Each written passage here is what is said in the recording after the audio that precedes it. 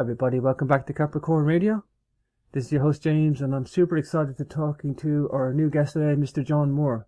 A little bit about John. We've got a very interesting bio today on this individual. We have a speaker and trainer since '86. He's a radio talk show host and private investigator, homicide detective since '73, homicide detective state of Missouri for 8 years. He's also a decorated Vietnam veteran.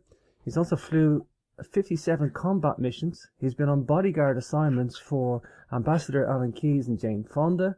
He's the author of numerous articles on personal security, and he's the author of Feel Safe Anywhere, You Can Be Your Own Bodyguard. But today we are going to be talking about Planet X, and John has an unusual route into this because it's been a journey of discovery for John, and in a personal sense with contacts and actual physical events as well, and it's been an enlightening process for John. But so without further ado, let's bring on today's super interesting guest. Hi John, very welcome to the show. Thank you, James. Good to be here. Wow, John, you have a decorated, colourful work history, John. Let's tell us a little bit about that. Tell us a bit about that part of your life, John. Is that something you enjoy doing? Is that something you? Well, when I was I guess it was I was 20 years old when I got to Vietnam. I had only been out of high school 15 months. I got there just 4 weeks after my 20th birthday, a very young man to say the least. But at some point during that combat experience, I decided that I was going to do things in my life that were fun and interesting and were important, as opposed to just having a job. So my career has taken various twists and turns based on that foundational belief, and no regrets. It's been a good ride, and I'm still at it. Been a radio talk show host part-time beginning in 1994, and the last 3 years or so, more and more full-time. Not quite full-time, but close to it. I've tuned into some of the shows, John. Great stuff that you're providing here. Of course, people can check you out on the background bio at thelibertyman.com. Of course, you've got your own YouTube channel there. You can listen to your shows as well. John, this is unusual for somebody with this prolific work ethic and work history to be in this field. Usually we have a lot of people researching Planet X from different aspects. I guess I just wanted to touch on the homicide detective part of your life. You must have seen some really unusual, interesting, bizarre scenarios during that work time as well. Well, of course. I investigated my first murder when I was 25 years old. I still got one in my case inventory I need to wrap up and do a final report for the local prosecuting attorney. But beginning as an intelligence analyst, and then later in my college degree as a paralegal, both my areas of formal education trained me to be a professional researcher as an intelligence analyst and paralegal. And it stood me in good stead all these years, James, because it trained my mind to work in a very focused and disciplined manner to do whatever I want to do. It was 15 years ago this spring that two friends of mine, independent researchers, presented to me the initial information that I heard about Planet X, and I thought it was pretty strange and pretty bizarre. But I took that information and went to a friend of mine who works for, as we politely say, the lettered agencies as an outside vendor.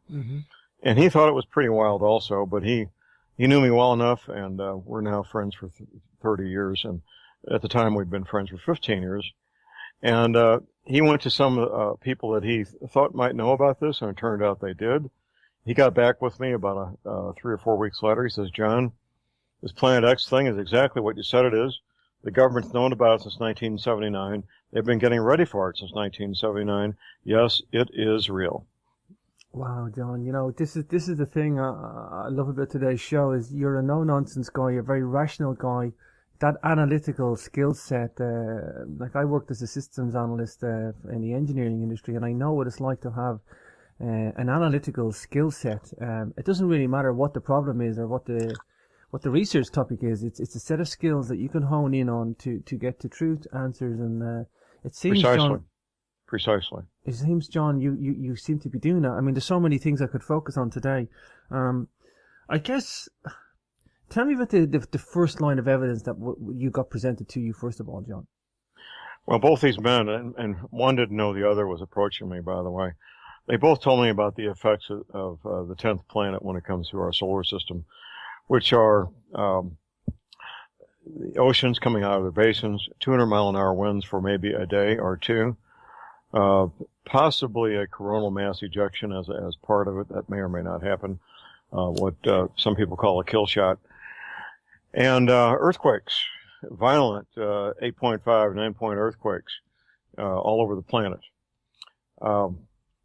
So, and of course volcanoes popping off. Pretty wild stuff, but there's evidence, James, that this has happened numerous times in the past. And before the evolutionary theory of Charles Darwin became so ingratiated in scientific theory in the beginning of the 1840s, most scientists believed in a catastrophic scenario of how this planet goes through very rapid, very violent changes. Because that's, quite frankly, that's where the evidence points to, not slow, gradual change, but rapid, violent change.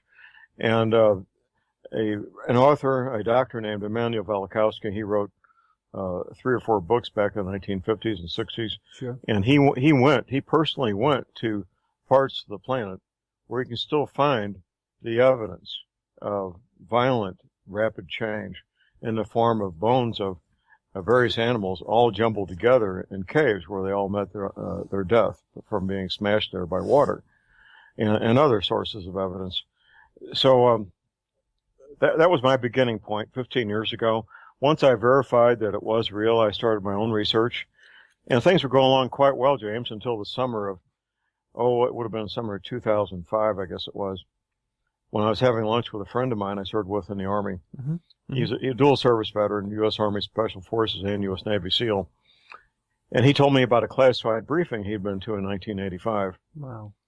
And at that classified briefing, they were all told, gentlemen, during your lifetimes, these oceans are going to come out of their basins, flooding all coastal areas worldwide, up to about 400 feet above what we now call sea level.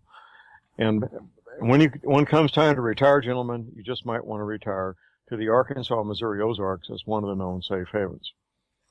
Now, since that briefing, since I had talked to my friend about that briefing, James, I also do something else you didn't mention in my bio. I teach concealed carry training, where men and women in Missouri can get their permit to carry pistols concealed. Wow. And in the process of that, I've met about 24 more of these Navy veterans, all of whom were at the same briefing, all of whom retired in the Arkansas, Missouri Ozarks because of the briefings that they received. And I've been able to backtrack the very first of those briefings back to 1979 also, when one of my listeners up in Montana helped set up the chairs, the tables, the light systems, the sound for a briefing of admirals on a Saturday morning down in New Orleans. So it's been quite a experience to locate these veterans who were at these briefings, to debrief them myself. And of course, along the way, I recreated the map that the veterans were shown at these briefings, a map showing North America with new coastlines and an inland sea where the Mississippi River is now, inland sea, 100, 200 miles wide, 100, 200 feet deep, splitting the country in two, north-south. Wow, I just came back from Malta, John. I love megaliths, ancient cultures, and but while I was there, I went to Hardalum Cave, which is got these Ice Age animals compacted in such a high concentrate, and it's so high up, it could only have been a flood that done this. Now, I was aware of this, I don't know if that's one of the places Velikovsky went to, but I wasn't aware, actually, that Velikovsky had done that. Velikovsky was quite a genius, and he's quite the analyst himself, John. Well, he was a medical doctor, and his profession gave him enough financial wherewithal to travel to these remote parts of the world and make these personal observations. When you start finding tiger bones mixed up with elephant bones, mixed up with horses, mixed up with goats, all in the same cave, all jumbled together, you know something very, very disastrous happened there. Of course it did. Yeah. When the bones are mixed together in that manner. Yeah, something else Velikovsky did that no archaeologist ever taken the time to do, and that was to reconcile ancient calendars from various ancient cultures, just like you reconcile your checkbook. you can't compare events, natural events, that have happened in the deep past, James, unless you can compare calendars. And no archaeologist had ever taken the time to do that. Well, Velikovsky did. Wow. And once he reconciled the ancient calendars, then he was able to line up and make sense of the catastrophes that had happened 3, 4, and 5,000 years ago, where nobody else had been able to do that. And he found out that these catastrophes all lined up together. That the people who lived in South America 2, 3, 4,000 years ago, the people that lived in Scandinavia 3,000 years ago, in Egypt and in China, all had calendars and all left written records. And once he made that determination, he was able to determine, for example, the Great Flood. Every culture that had a calendar and left written records all recorded the Great Flood happening at the same time. Oh, incredible. Didn't the Chinese write about, I think Velikovsky thought that the sun didn't rise for 3 days or something like that? Or a day? Well, it wasn't 3 days. It was part of a day. Part of a day. In the book of Isaiah in the Bible, the Hebrew army needed a few more hours to win this battle that they're fighting. And Velikovsky, his reasoning was, well, if the Israeli Hebrew army got the extra 3 or 4 hours they needed to win this battle, therefore, the sun must not have come up in China when it was supposed to the following day. And guess what? It didn't. That would be pretty important. If you're a scientist or the emperor in China, the sun doesn't come up for 3 or 4 hours when it's supposed to, you think you might tell the scribes to make a notation of that? Of course you would. Sure. Sure. That's major news. That's an example of ancient Chinese historical documents verifying the book of Isaiah. And we know that the Chinese kept really, really detailed records. They were obsessed with record keeping. That's right. Yeah. That's right. Absolutely. Well, and to see the corroborating evidence, I know that's where the analytical skills comes in, John. You're able to read that for what it is. Let's talk about the infrastructure and the communications. I mean, Nibiru coming in, John, wreaking havoc on our planet. And we'll come back to maybe some details of Nibiru, but this is going to be unprecedented to anything that we know in our history. This is going to not just upset the apple cart, John. This is going to just take everything down. It's going to take down probably most of the interest. We're talking electrical communications, telecommunications, road networks, sea levels, shipping ports. Everything's coastal, John. This is going to be, everything's going to come to a standstill. Well, coming to a standstill does not begin to describe the consequences. If you look around the planet, James, 75–80% of the world's population lives within 100 miles of a major body of water and ocean. The infrastructure that provides housing, fresh water, food, everything these jobs, everything these people need, medical support, is in them same areas, of course. So even if the people can escape, and many of them will, the infrastructure that keeps these people alive will all be damaged and destroyed. Wow. I'm not too far from the coast here. I can see it out my back window. But we do have mountains in the region. Is it a case then, people have been aware of this knowledge in America, John, and been fleeing to the high ground? Is this been proven? Have we got documented cases of this? Has people spoken out about this? Well, I'm a person and I've spoken out about it. Sure. No, seriously. You don't have to dig too far, and there are simple Google searches anybody can do, James, to prove to himself that the federal government of the United States has been spending billions, if not trillions of dollars getting ready for this. Here's a couple of simple ones. The CIA and the word Denver. The CIA has been moving from Langley, Virginia to Denver now since about 2005. And you can find their press releases on Google if you choose to. NSA and the word Denver. NSA has actually been moving from the East Coast to not only Denver but Utah, and other places to high ground for about the same period of time, about 2005. Plum Island is an island off the coast of New York, Connecticut, about 100 miles out. It's about a 300 acre island, Yeah. where in the early 1950s, they set up a facility to study really fun stuff like anthrax and foot and mouth disease. They're moving it to Manhattan, Kansas. Not the island, of course, but the facility. And by the way, the island is for sale. But the publicly stated reason for moving the facility is, quote unquote, we've ran out of space on Plum Island. Well, you can do a Google image search, James, and you can see what looks like a 300-acre golf course with 5 buildings on it. It's not exactly run out of space. Wow. But it will be underwater. Yeah. Yeah. Moving something as big and as expensive as the CIA or NSA or this Plum Island Animal Research Center is very expensive, very disruptive, and you would not do it unless you had no choice. But they have no choice. Yeah, that's why they're doing it. You know, I've had a lot of people talk about conspiracy in the Ozarks, and I don't know if it was, perhaps it was Jesse Ventura with the conspiracy theory episodes. I think he covered a feature there. He did. Yeah. There's a lot of activity around there, and not just people retiring there. There's a lot of activity and surreptitious clandestine maneuverments. Well, there is, James. The Arkansas, Missouri Ozarks is a vast area, tens of thousands of square miles, bigger than, one county in Missouri and Ozarks, Texas County, is bigger than the state of Rhode Island, for example. So it's a vast area that comprises many tens of thousands of square miles, and there are a lot of things going on here that are what you might call sub rosa, covert. Yes. Mm. Well, come back to the effects on the Earth at the moment. Let's focus on Nibiru-Planet X. People interchange it. We'll just call it whatever, either or.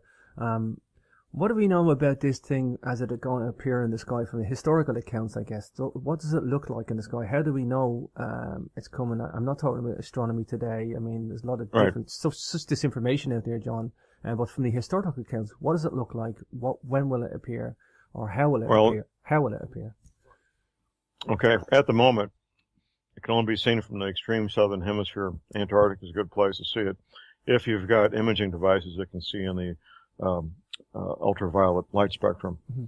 There's about 1 month a year where it can be seen in the visible light spectrum, which I believe is around June. But still, it's only from the southern hemisphere. The 10th planet is 5 to 7 times the size of Earth, has a far larger iron-nickel core than Earth does, which gives it a lot more effect in terms of its gravitational effect. When it moves through our solar system, it disrupts and it interacts with all the planets and the sun. With our planet, there's a high likelihood that it will cause a pole shift where true north moves. For the time being, magnetic north has been moving towards Siberia for many centuries, and it appears to be speeding up. I think it's up to about 40 kilometers a year now, which is pretty fast, quite frankly, for something as big as planet Earth. And there's scientific evidence that this has happened, that magnetic north has been in many different places over many centuries. And this is how they can tell, James, when volcanic when lava, I should say, is molten and flowing out the top of a volcano, while it's in that liquid state, all the magnetic particles in the molten lava line up with wherever magnetic north happens to be at that point in time. And when it cools off and turns solid, all those magnetic particles remain lined up with wherever true north happens to be at that moment in time. So they can go back to ancient volcanoes and they can determine where magnetic north was when that rock was molten, however many centuries it might have been ago. And it's been in a lot of different places, James. Okay, this is the magnetic pole shift, and we know we have evidence of that because we can measure the resonance in the rocks. We have evidence of a physical pole shift too. I think the fresh buttercups and the little baby elephants in Siberia. Is that the only evidence we have of the physical? Well, there's plenty of evidence, and I refer to it as magnetic north and true north. But here's what happens, James, and I'll go into the evidence in a moment. Magnetic north moves in a certain direction for centuries after century after century, and then in a period of about maybe 24 to 72 hours, true north catches up all at once. That's what we're concerned about, is when true north catches up with magnetic north in that 1 day or 2 or 3 day period of time. If you go down, dig down through the permafrost in Alaska, you'll find tropical plants, which obviously could only have been there if that area had once previously been tropical. When the Tsar ordered the Trans-Siberian Railroad built beginning in it was either 1880s or 1890s, they started going through that part of the world with construction crews and finding hundreds of flash-frozen mastodons, what you call little elephants. They're actually 3 to 4 times larger than an African elephant, these mastodons. Some of them were frozen in the standing position. They were flash frozen so fast that after 3,600 years, the meat was still fresh enough to be thawed out and served as delicacies in Paris restaurants for human consumption. Wow. Now, you talk to anybody in the meat processing business where they take sides of beef and freeze them, what it would take to freeze a creature 3 times the size of an African elephant that fast. It's an incredible amount of cold, so fast that it's hard to imagine. These mastodons were eating semi-tropical plants when they were found flash frozen. The semi-tropical plants were still in their mouth being chewed on when they were flash frozen. They didn't even have time to fall over. They were flash frozen in a standing or sometimes kneeling position. That's how fast this happened. Wow. Flash frozen, we're talking, okay, so pick a point and we get shoved into the North Pole or shoved into the South Pole, for example. Well, that would be a 180-degree turn, or 90-degree turn. 90 degrees. Typically, these pole shifts are 15 to 20, 25 degrees, which is still a lot. It's a couple of thousand miles. That's a couple of thousand miles at least. Exactly.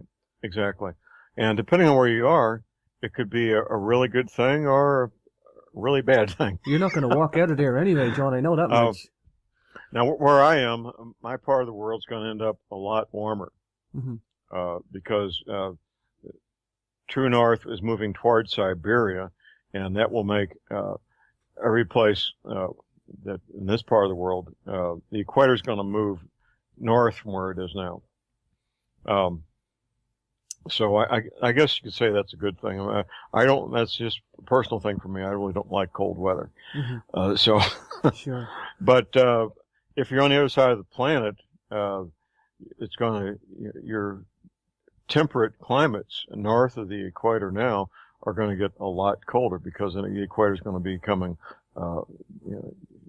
the other direction. I had read Path of the Pole by Charles Hapgood, and Charles Hapgood, what an awesome researcher, prolific researcher. He even had Albert Einstein do a forward for the book. Even Albert Einstein backed this idea of a pole shift. Right. In fact, when Einstein died, one of Velikovsky's books was lying open on the desk of Albert Einstein. Is that right? Yeah. My friend Professor McCanney has become personal friends with Albert Einstein's secretary. And that's how he happens to know that information. Oh, incredible. Wow, he was a prolific reader of Velikovsky then. He must have had a really open mind, Einstein. That's they knew each other. Yeah. Velikovsky and Einstein knew each other. Wow. Very indicative, that. Wow.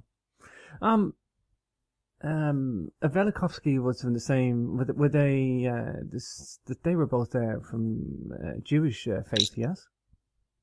Well, apparently so. I'm not sure what role, if any, that plays in all of this, but just in terms of Jewish history or the literature or the biblical sources, perhaps, I'm thinking. Well, that brings up something else. I got a phone call, this is about 5 years ago, James, from a Messianic Jew. Now, these are Christians that keep the Jewish holidays, but many of them study the Torah with great diligence. So this Messianic rabbi called me, and he says, John, I was doing a presentation, and this woman walked up to me after I was done, and she said, have you been did you get some of your information from John Moore? And he says, who's John Moore? So this woman gave him a copy of my DVD, and he watched it, and that's when he called me. And he told me, he says, John, I came to the same conclusions that you did through your interviewing Navy veterans by studying the Torah. So I found it fascinating, James, that this Messianic rabbi would come to the same conclusions that John Moore did by studying the Torah. Incredible. It's incredible, and it's fascinating. Well, it's also indicative of corroborative evidence or different lines of evidence running simultaneous. Absolutely, it is. And it gives anything a lot more veracity, a lot more strength to it. Mm-hmm, mm-hmm. Let's come back to, I don't want to focus on the fear factor either, John, but it is a clear and present danger if we have Nibiru, something really, really big coming into our solar system, the disruption. I mean, is there anything people can do today? I mean, what is people going to do? Are people just going to have to flock to high ground? Do we have a time frame on this? Is it wrong to think of it? Is it preparation time? Well, everybody wants a time frame. That's a natural human quest.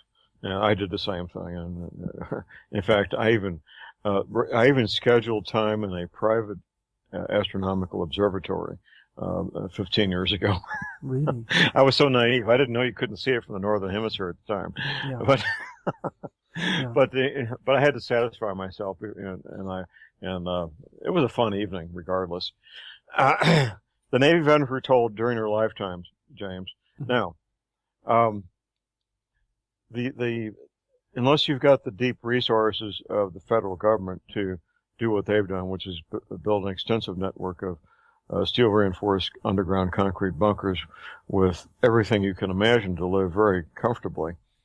Unless absent those kinds of resources, which are very substantial, we encourage people to do what the Navy veterans have been doing now for since 1979, getting a hobby farm in a place with a good elevation, plenty of water, away from large metropolitan areas, where you can be self-sufficient in terms of growing your own food, having all the water you need, and be safe.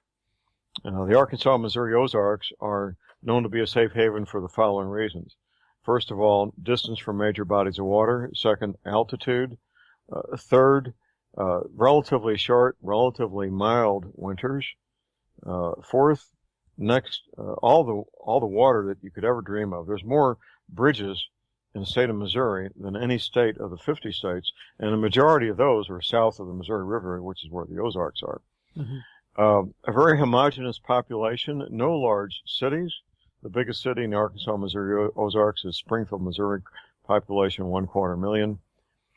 And of course, it's west of the Mississippi River, which means a much lower population density.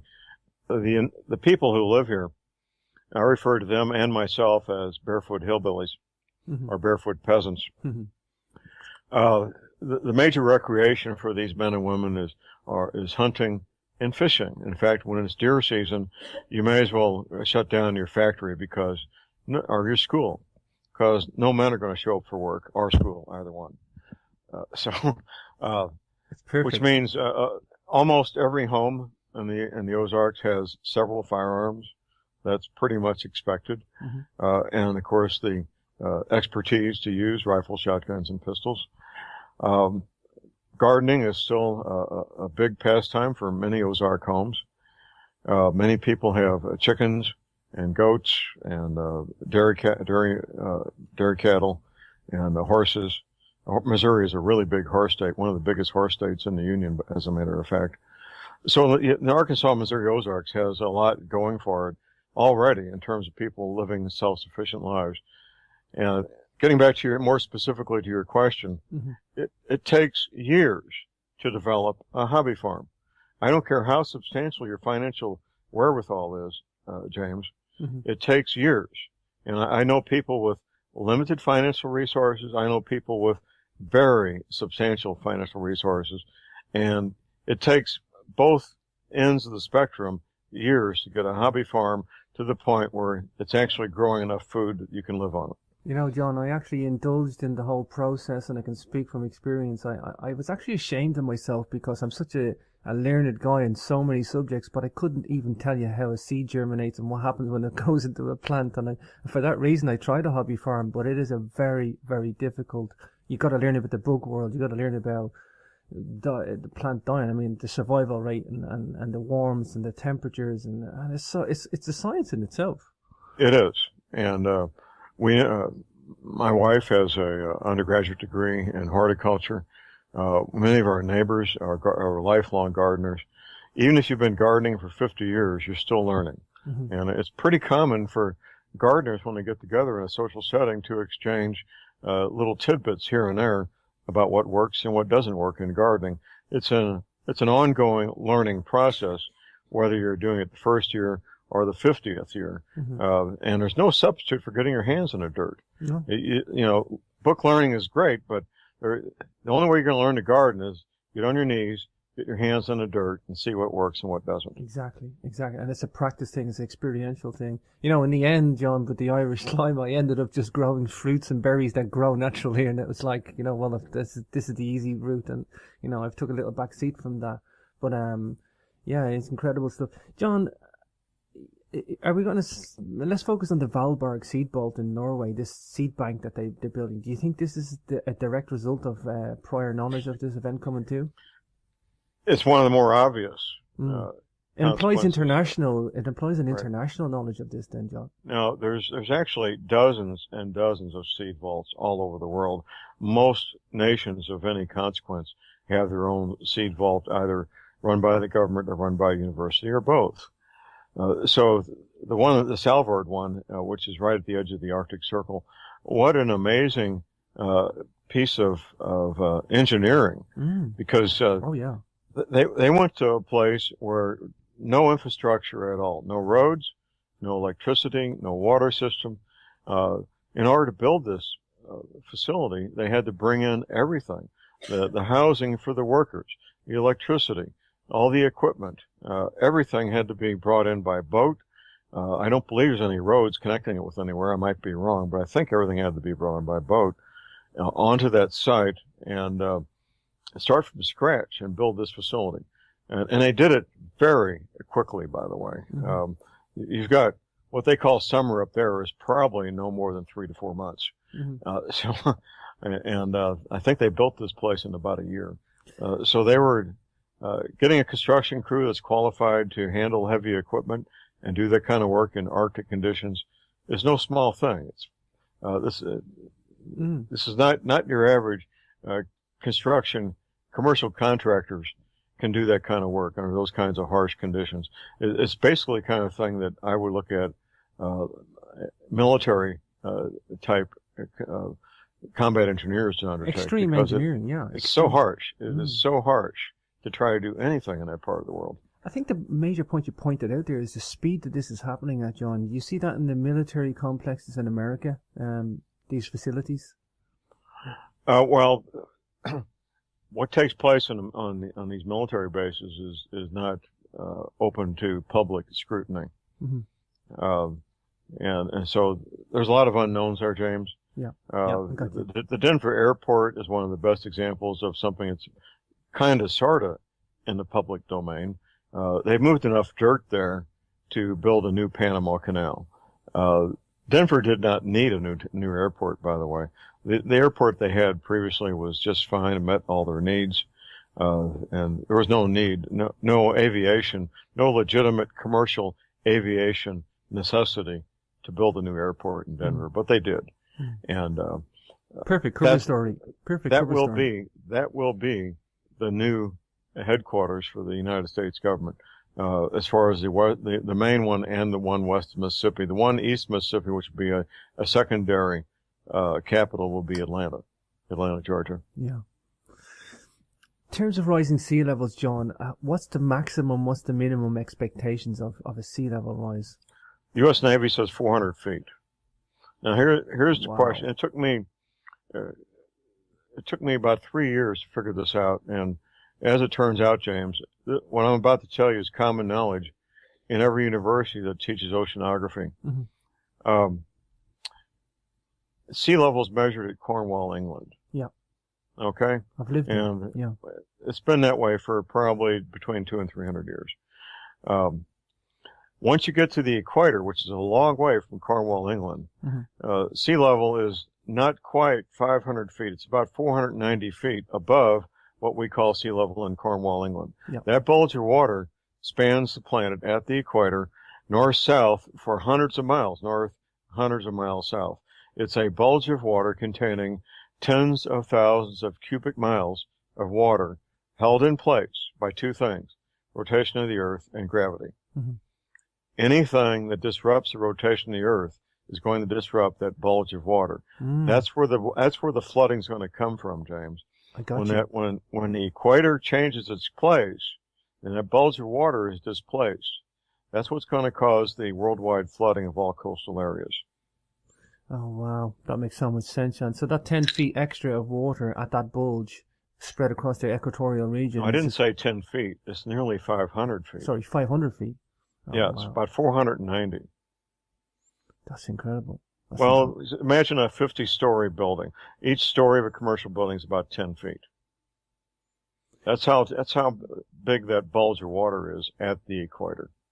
We're looking at cataclysms. No matter what way you look at this, this is cataclysmic, John.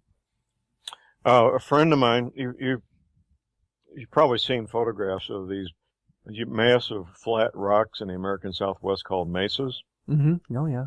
A friend of mine, very dear friend, another intelligence analyst, we served in Vietnam together. He was on vacation, and he climbed to the top of one of those things. He says, John, there's seashells all over the top of this darn thing. Wow. Nobody brought them up there in a bag and scattered them. I'm here to tell you. Sure. The only way there could be seashells on top of mesas is if the mesa was under the ocean. There's no other way. Do you think then the government accepts the clear and present danger of NIBIRU coming, and that they say to themselves, okay, we're not going to be able to save everybody if we could anyway. Even if we wanted to, we couldn't save everybody. Do you think they're just going to take an elite group of people, or a special group of people, or save the scientists, save the philosophers, or do you have any kind of opinion on that, John? Who's going to get saved? There's been some motion Hollywood films and probably any number of novels where that scenario takes place, and they choose. First of all, what we're talking about here is continuity of government. So. People who are already working for the federal government and their families would be part of the people that would be saved. U.S. military, not necessarily all the U.S. military, but select portions of the U.S. military. And then, of course, you would have them selecting people that would have the skills necessary to rebuild afterward. So you'd have from all the various areas of expertise, from practical skills such as mechanics, carpenters, plumbers, electricians, heating, air conditioning, cooling people, to artists, to scientists, to doctors, to dentists, and so forth, to make sure that they had very deep resources in all necessary skill sets when they come out from their underground havens. Let's come back to the astronomy, John. Of course, there's the case of Robert Harrington. I don't know if you maybe focus on the conspiratorial end of that or the astronomical end of that, but I mean, we have like technical astronomical data saying that there's something in our solar system with I think it was an infrared. Well, you touched on something very important, and I've got I'm reaching behind me here. Dr. Harrington, he was the supervising astronomer of the United States Naval Observatory. Yeah. Now, if you're going to draw a paycheck, James, for looking at stars, you're pretty much at the top of your chosen career path. Oh, yeah. I mean, where can you go for a better job looking at stars than being the supervising astronomer of the United States Naval Observatory? Well, he granted an interview with another person we haven't talked about yet, Mr. Zechariah Sitchin. Oh, yeah. And Zechariah Sitchin was a guy who could pick up Babylonian clay tablets and read them like they were the newspaper. But this video, I have it here in my hands. The title of it is, Are We Alone in the Universe?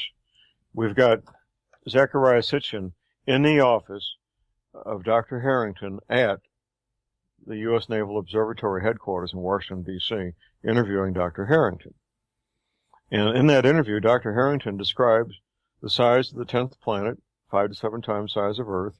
He shows its orbit on a whiteboard, and the orbit that he shows from his astronomical knowledge is virtually identical to what Zecharia Sitchin found by studying the Babylonian clay tablets.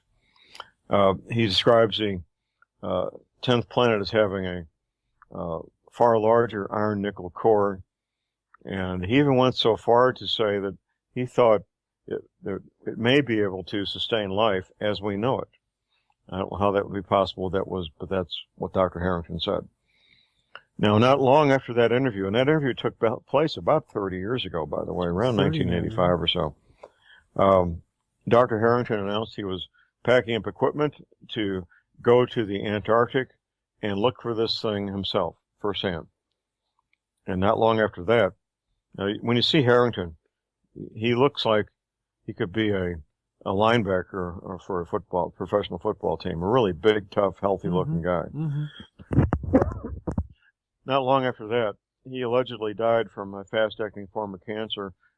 From the time he found out he had it to the time he was dead was about 90 days. 90 days and he was gone. Yep. Wow. Now, that's where the conspiratorial stuff comes in, but I've seen no evidence, only speculation.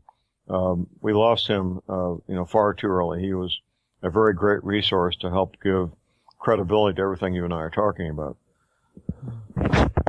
Has anybody else in the astronomical field been able to take up Harrington's data and verify it? Or has there been a blockade? Well, the only person I'm aware of that's publicly doing that is my friend Professor James McCanney. Professor McCanney is, in fact, a credentialed astrophysicist. He's taught astrophysics at the university level. He's taught mathematics at the university level. Sure. And he's the person with the highest legitimate astrophysical credentials I'm aware of that's talking about this publicly. If there's anybody else, I'm not aware of that person. Now, there's people who have no scientific credentials whatsoever that claim to. I'm certainly not one of them. I claim to be a homicide detective because that's what I am. Sure. But when it comes to somebody with those kind of credentials, it would be Professor James McCanney. I'm going to have to get Mr. Professor McCanney on the show for sure. Absolutely. Definitely a follow-up show. I can't speak for him, but he just might do that. Yeah. Because this is the stuff that I love, John. I mean, I love to do this from an astronomical sense, an archaeological sense, the biblical record. I mean, I'm like yourself, John. I look at any type of evidence and I want answers. And I do these shows to seek truth, John. And I just know that, there's a sanitized version of our history, or sanitized version of archaeology, or sanitized version of the press releases from astronomy being given to us. And when you look at it all together, it's like people have to be detectives themselves these days to get to the truth, John. Dr. Velikowski mentioned what you're saying as a form of collective or cultural amnesia. And there's a whole area of study that's referred to kind of generically as forbidden archaeology, which gets into locating and analyzing man-made objects found inside lumps of coal, for example, or some of these megalithic sites around the planet that we're now finding out, for example, the Sphinx next to the Great Pyramid, maybe 12, 14, 15,000 years old, for example, that the erosion on it came from water. And there was no water around there the last 5,000 years. So we also, we have found that nuclear devices were set off in Kashmir, India, about 12,000 years ago. A friend of mine was on vacation to Kashmir, and I asked him, I said, are you aware that there was nuclear devices set off in Kashmir about 12,000 years ago? He says, oh yeah, John.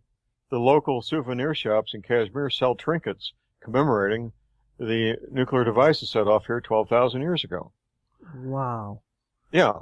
Incredible. In the Saudi Arabian Peninsula, there's an area of hundreds of acres of green glass where the sand was turned into glass because of something as hot as the sun. Now, before August 1945, we didn't know how you could get the heat of the sun at the surface of the planet. But in August of 1945, we found out twice, once in Hiroshima and once at Nagasaki. But this happened in the Saudi Arabian Peninsula about 12,000 years ago, where you've got hundreds of acres of the Saudi Arabian desert covered by green glass, where the sand got so hot from nuclear devices being set off that it turned the sand into glass. You know, when Oppenheimer, the father of the atomic bomb, he's been nicknamed, he cried and he talked about the Mahabharata and the ancient Indian epics as a throwback to what was going on in the 1940 tests of the atomic bomb.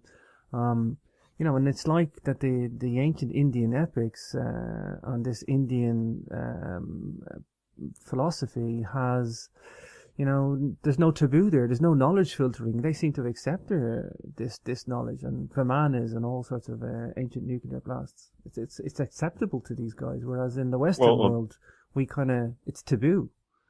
Well, James, the Vedic writings are scattered throughout hundreds of Indian communities, villages. Only about 3 to 5% have been translated into English. Mm-hmm. Many of them appear to be little more than engineering manuals, quite frankly. Really? It's a fascinating area. I haven't looked into it as much as I would like to, but it's an absolutely fascinating area. These transcripts, documents that are being found and recovered all over India that are many, many thousands of years old. Fascinating stuff. And just to come back to earth changes, I know inside the Mahabharata they talk about the Sarasvati, I think it's Sarasvati River, that it's now only the remnant of it because of the earth changes on our planet has made this disappear, and as a result you can only see it by satellite now, but that kind of indicates how far back these ancient Indian epics go. And to come back to earth changes there, John, I mean, we're not just talking rising sea levels here, we're talking global earthquakes on a big scale. Well, North America, of course, is where most of my focus has been because that's our home. Yeah. The U.S. Navy says that the weight of the water on the New Madrid seismic zone, which is about 100 miles from where I'm sitting, will trigger at least 3 9-point plus earthquakes. That's massive. They are massive. Now, in the winter of 1811, 1812, there were hundreds of earthquakes, 3 of them strong enough to ring church bells in Philadelphia on the East Coast, which is basically 900 to 1,000 miles away. So there is precedence for this New Madrid seismic zone being very violent. Now, in 1811, 1812, this part of the world had very, very few human beings living in it. The United States had just purchased, Louisiana purchased only, 8 years before, 7 or 8 years before 1804 from France. And it was relatively unoccupied, relatively uninhabited.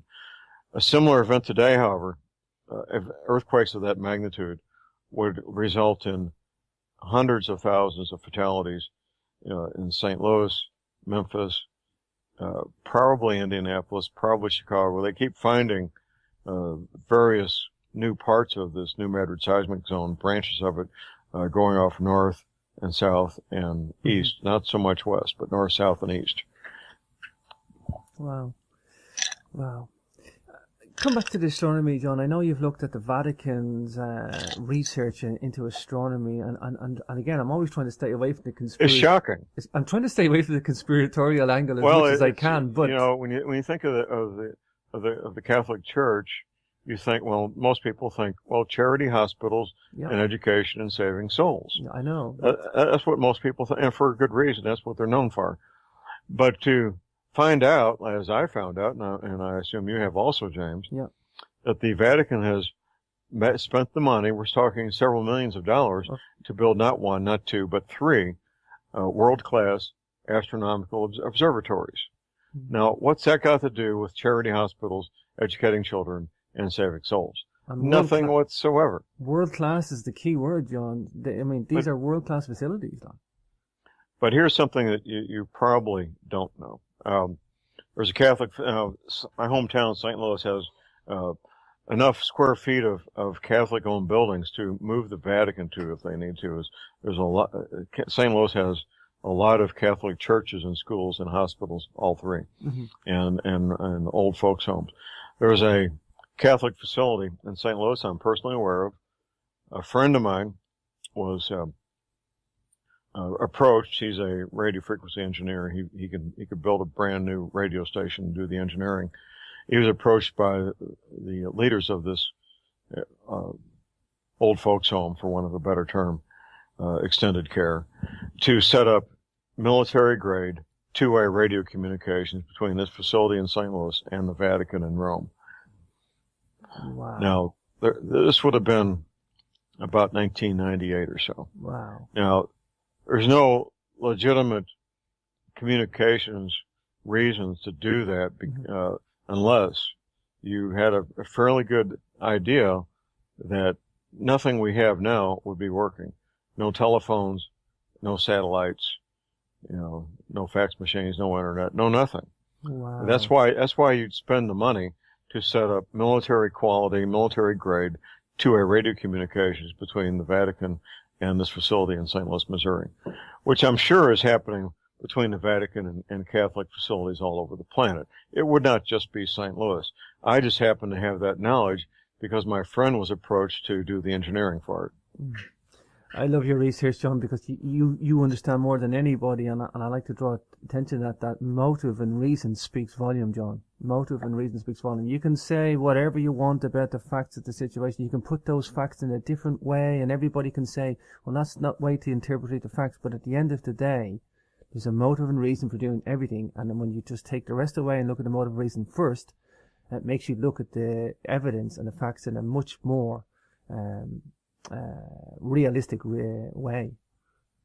Yes, I was at a high school reunion a couple of years ago, and the wife of one of my classmates is in charge of security at a very high level. She's not the top person, but at a very high level of security for a government facility, and I won't mention which one. But she mentioned to her during our brief conversation that, have you noticed, John, how many Fortune 500 headquarters are moving to Denver? And I said, no, I haven't really thought about it. She says, well, you need to check it out. Wow. An inordinate number of Fortune 500 corporate headquarters are moving to Denver, also known as the Mile High City, because it's 5,000 feet above sea level. Wowzer. Incredible stuff, John, incredible. I want to draw attention to the Vatican again, and just to drill it home. It's one thing the military being aware of this, and I'm not want to bash the church, I really don't, but it's one thing for the military to be aware of this knowledge of Planet X, Nibiru, coming in, causing cataclysms, whatever you want to focus on, whatever damage is going to happen to this Earth, or whatever survival modes are going to have to fall into place. However, for the military to know this knowledge and have a response to it, whether that's secret or clandestine or whatever, that's understandable, because the military is going to be expected to do that. I mean, if it may not be a humane thing to do to let only a few people survive, or a small proportion. That's one thing. But for the Vatican to know this knowledge now, John, and to sit on it, and to well, do anything. They're doing it, and during it, that's a different thing. You can compliment the Vatican for preserving knowledge during the Dark Ages on one hand, but on the other, you can criticize them for keeping it to themselves. During all those centuries, which we look at as the Dark Ages, between the fall of the Roman Empire in the 400s and the Renaissance in the 1600s. We're looking at more than a millennium of Dark Ages. In the meantime, something happened regarding the Vatican a few years back. They closed the Vatican Library for, I think it was about a two-year block of time. The Vatican Library had been open every business day for centuries. Wow. There's a widely held belief, shared by myself, that the Vatican Library holds the remnants of the library from Alexandria, Egypt, the ancient library of Alexandria, Egypt, that was taken over by the Romans a couple of thousand years ago. No explanation was given other than they were doing remodeling. Well, That's not the way you remodel a library. You remodel a library incrementally so that people can still have access to the library. But it was, in fact, closed for 2 years. My belief, and what's widely held by a number of other researchers, is they moved many critical parts of the library probably to safe havens in the Alps and in the Alpine mountains, and either left behind copies or whatever they left behind to in the original library there in Rome, which is only the Vatican in Rome is only about 75, 80 feet above sea level, by the way. Mm-hmm. Mm-hmm. Wow, incredible stuff. John, we're at the top of the hour. I just want to mention your website one more time, thelibertyman.com. You can read all about John Moore there. What a super interesting background you have just to talk to you today, John, and to get into this knowledge. And I commend you on your research. I really do, John. I guess tell us a little bit about what you're on now. What are you working on? I know you got the radio show. That's a Monday through Friday, 2 hours a morning. All my shows are archived at my website, thelibertyman.com, on YouTube. We got 40 acres out here. We're trimming trees, moving rock and dirt, getting ready for summertime. That's pretty much it. Wow. Well, listen, John, keep up the radio shows, keep up with the research, and incredible research you've done. It was great and enlightening talking to you today, and I feel I got a bit more closer to the truth, John. So I really thank you for your time. Thank you, James. It's fun being with you. Don't be a stranger. You too, brother. Where men and women in Missouri can get their permit to carry pistols concealed. Wow. And in the process of that, I've met about 24 more of these Navy veterans, all of whom were at the same briefing, all of whom retired in the Arkansas, Missouri Ozarks because of the briefings that they received. And I've been able to backtrack the very first of those briefings back to 1979 also, when one of my listeners up in Montana helped set up the chairs, the tables, the light systems, the sound for a briefing of admirals on a Saturday morning down in New Orleans. So it's been quite a experience to locate these veterans who were at these briefings, to debrief them myself. And of course, along the way, I recreated the map that the veterans were shown at these briefings, a map showing North America with new coastlines and an inland sea where the Mississippi River is now, inland sea, 100, 200 miles wide, 100, 200 feet deep, splitting the country in two, north-south. Wow, I just came back from Malta, John. I love megaliths, ancient cultures, and but while I was there, I went to Hardalum Cave, which is got these Ice Age animals compacted in such a high concentrate, and it's so high up, it could only have been a flood that done this. Now, I was aware of this. I don't know if that's one of the places Velikovsky went to, but I wasn't aware actually that Velikovsky had done that. Velikovsky was quite a genius, and he's quite the analyst himself, John. Well, he was a medical doctor, and his profession gave him enough financial wherewithal to travel to these remote parts of the world and make these personal observations. When you start finding tiger bones mixed up with elephant bones, mixed up with horses, mixed up with the evolutionary theory of Charles Darwin became so ingratiated in scientific theory in the beginning of the 1840s. Most scientists believed in a catastrophic scenario of how this planet goes through very rapid, very violent changes. Because that's, quite frankly, that's where the evidence points to, not slow, gradual change, but rapid, violent change. And an author, a doctor named Emanuel Velikovsky, he wrote 3 or 4 books back in the 1950s and 60s. Sure. And he personally went to parts of the planet where you can still find the evidence of violent, rapid change in the form of bones of various animals all jumbled together in caves where they all met their death from being smashed there by water, and other sources of evidence. So that was my beginning point 15 years ago. Once I verified that it was real, I started my own research, and things were going along quite well, James, until the summer of, it would have been the summer of 2005, I guess it was, when I was having lunch with a friend of mine I served with in the Army. He's a dual service veteran, U.S. Army Special Forces and U.S. Navy SEAL. And he told me about a classified briefing he'd been to in 1985. Wow. And at that classified briefing, they were all told, gentlemen, during your lifetimes, these oceans are going to come out of their basins, flooding all coastal areas worldwide up to about 400 feet above what we now call sea level. And when it comes time to retire, gentlemen, you just might want to retire to the Arkansas, Missouri Ozarks as one of the known safe havens. Now, since that briefing, since I had talked to my friend about that briefing, James, I also do something else you didn't mention in my bio. I teach concealed carry training as an outside vendor. And he thought it was pretty wild also, but he knew me well enough, and we're now friends for 30 years. And at the time, we'd been friends for 15 years. And he went to some people that he thought might know about this, and it turned out they did. He got back with me about 3 or 4 weeks later. He says, John, this Planet X thing is exactly what you said it is. The government's known about it since 1979. They've been getting ready for it since 1979. Yes, it is real. Wow, John, you know, this is the thing I love about today's show is you're a no-nonsense guy, you're a very rational guy. That analytical skill set, like I worked as a systems analyst in the engineering industry, and I know what it's like to have an analytical skill set. It doesn't really matter what the problem is or what the research topic is. It's a set of skills that you can hone in on to get to truth answers, and it seems Precisely. It seems, John, you seem to be doing that. I mean, there's so many things I could focus on today. I guess, tell me about the first line of evidence that you got presented to you, first of all, John.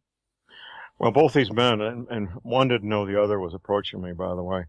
They both told me about the effects of the 10th planet when it comes to our solar system, which are the oceans coming out of their basins, 200-mile-an-hour winds for maybe a day or two, possibly a coronal mass ejection as part of it. That may or may not happen, what some people call a kill shot, and earthquakes, violent 8.5, 9-point earthquakes all over the planet.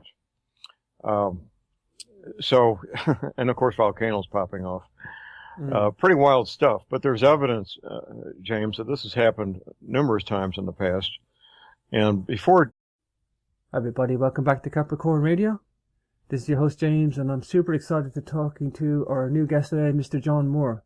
A little bit about John. We've got a very interesting bio today on this individual. We have a speaker and trainer since '86. He's a radio talk show host and private investigator, homicide detective since '73, homicide detective state of Missouri for 8 years.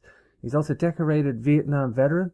He's also flew 57 combat missions. He's been on bodyguard assignments for Ambassador Alan Keyes and Jane Fonda. He's the author of numerous articles on personal security, and he's the author of Feel Safe Anywhere, You Can Be Your Own Bodyguard. But today we are going to be talking about Planet X, and John has an unusual route into this because it's been a journey of discovery for John, and in a personal sense with contacts and actual physical events as well, and it's been an enlightening process for John. So without further ado, let's bring on today's super interesting guest. Hi John, very welcome to the show. Thank you, James. Good to be here. Wow, John, you have a decorated, colourful work history, John. Let's tell us a little bit about that. Tell us a bit about that part of your life, John. Is that something you enjoy doing? Is that something you... Well, when I was... I guess it was I was 20 years old when I got to Vietnam. I was only been out of high school 15 months. I got there just 4 weeks after my 20th birthday. Very young man, to say the least. But at some point during that combat experience, I decided that I was going to do things in my life that were fun and interesting and were important, as opposed to just having a job. So my career has taken various twists and turns based on that foundational belief, and no regrets. It's been a good ride, and I'm still at it. Been a radio talk show host part-time beginning in 1994, and the last 3 years or so, more and more full-time. Not quite full-time, but close to it. I've tuned into some of the shows, John. Great stuff that you're providing here. Of course, people can check you out on the background bio at thelibertyman.com. Of course, you've got your own YouTube channel there. You can listen to your shows as well. John, this is unusual for somebody with this prolific work ethic and work history to be in this field. Usually we have a lot of people researching Planet X from different aspects. I guess I just wanted to touch on the homicide detective part of your life. You must have seen some really unusual, interesting, bizarre scenarios during that work time as well. Well, of course. I investigated my first murder when I was 25 years old. I still got one in my case inventory I need to wrap up and do a final report for the local prosecuting attorney. But beginning as an intelligence analyst, and then later in my college degree as a paralegal, both my areas of formal education trained me to be a professional researcher as an intelligence analyst and paralegal. And it stood me in good stead all these years, James, because it trained my mind to work in a very focused and disciplined manner to do whatever I want to do.